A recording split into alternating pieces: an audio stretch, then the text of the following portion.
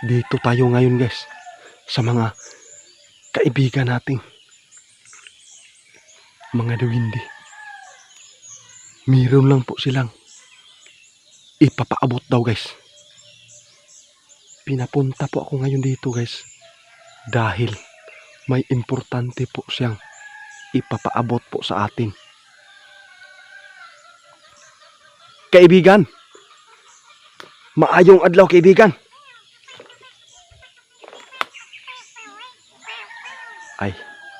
Ayan guys, nandito po si Linyo. Linyo?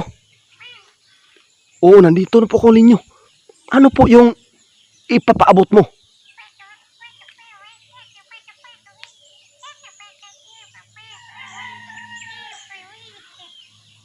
Grabe guys.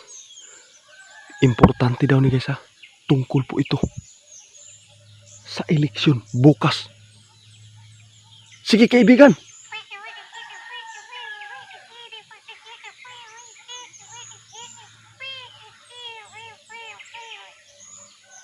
Ayun guys. Salamat kaibigan na nga imong gipaabot yun eh. Grabe guys. Napaka-importante po daw guys. Na marinig po natin ito na video. Ito talaga yung ipapaabot ni kaibigan nating Diwindi. Ang sinabi dito guys na ipaabot po sa atin ni Linyo. Hindi talaga maiwasan guys. May mga dayaan. Ang sinabi dito ni kaibigan guys, dapat mabantayan po yung butuhan.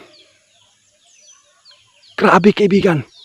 Ano po ito yung mangyayari kaibigan kapag hindi mabantayan po yung balota?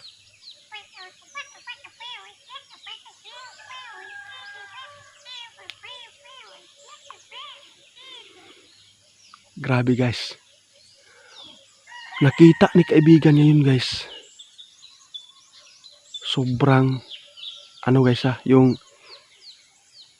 hindi malinis na butuhan po ngayon guys.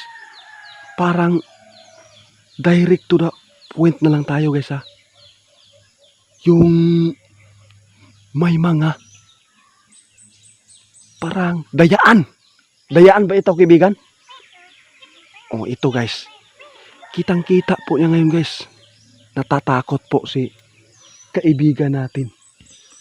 Na may magaganap po talaga na dayaan po. Grabe. Sana po makakita po kayo ito na video dahil problemado po ngayon sa kaibigan. Kapag hindi karapat dapat yung mananalo po, sigurado kawawa ang bawat Pilipino dito sa ating Pilipinas. Salamat kaibigan na nga nagpaabot yung kanini nga pinaka-importante po.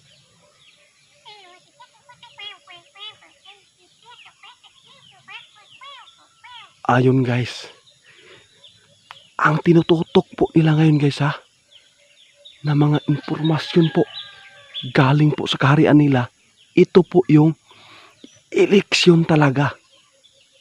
Kung sino talaga ang dapat natin iboto. Ang nakita lang dito ni kaibigan guys, dapat maampingan nato. Ingatan natin para mabantayan po natin yung ating mga naiboto na sana lang walang dayaan kapag nasa bilangan na po tayo sa baluta.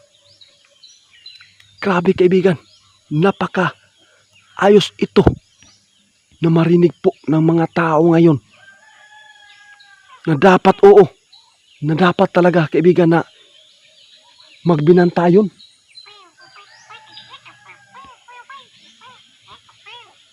Grabe guys, dapat po tutukan po natin yung ating naiboto na sana sa pag-counting po ng masin walang dayaan dahil mayroon talagang nakikita ni kaibigan nating Diwindi na mayroon talagang mga dayaan ngayong eleksyon. Grabe po. Kaibigan, mayroon po akong itanong po sa iyo, kaibigan.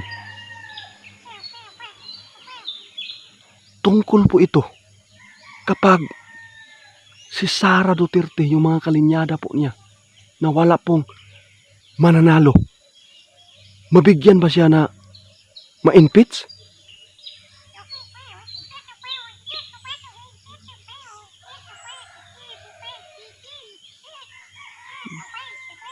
Grabe guys. Buti lang po na itanong po natin guys ha. Ginoo na lay bahala guys. At saka yung mga supporters po sa mga Team Duterte. Kapag ito daw guys, tuluyan po na walang mananalo po daw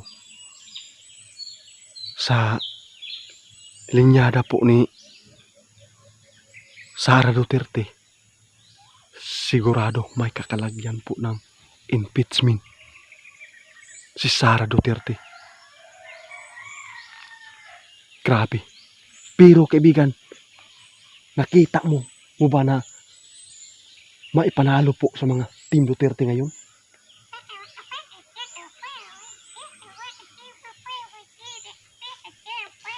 Ay, salamat. Di lang daw ta. Mabala ka guys. Huwag tayo mag kaning tawag ani guys kanang dili ta magpakawala sa pag-asa. Nakita ni kaibigan, maraming kalinyada po sa mga Duterte ngayon na mananalo. Salamat kaibigan ha.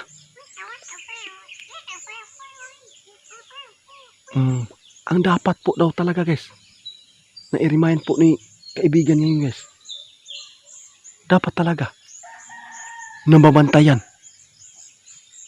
yung ating naiboto para dili masayang. Sana po kaibigan no, tayo na lang yung mubantay sa botohan.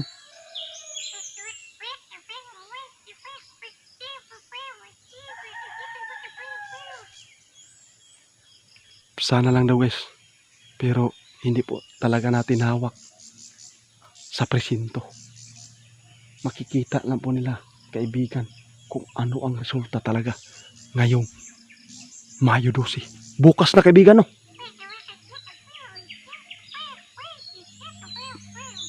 Grabe guys. Pinaghandaan po nila ngayon eleksyon para po ay maipanalo po nila yung mga inudulo po natin. Salamat kaibigan ha. Malaking tulong po ito kaibigan.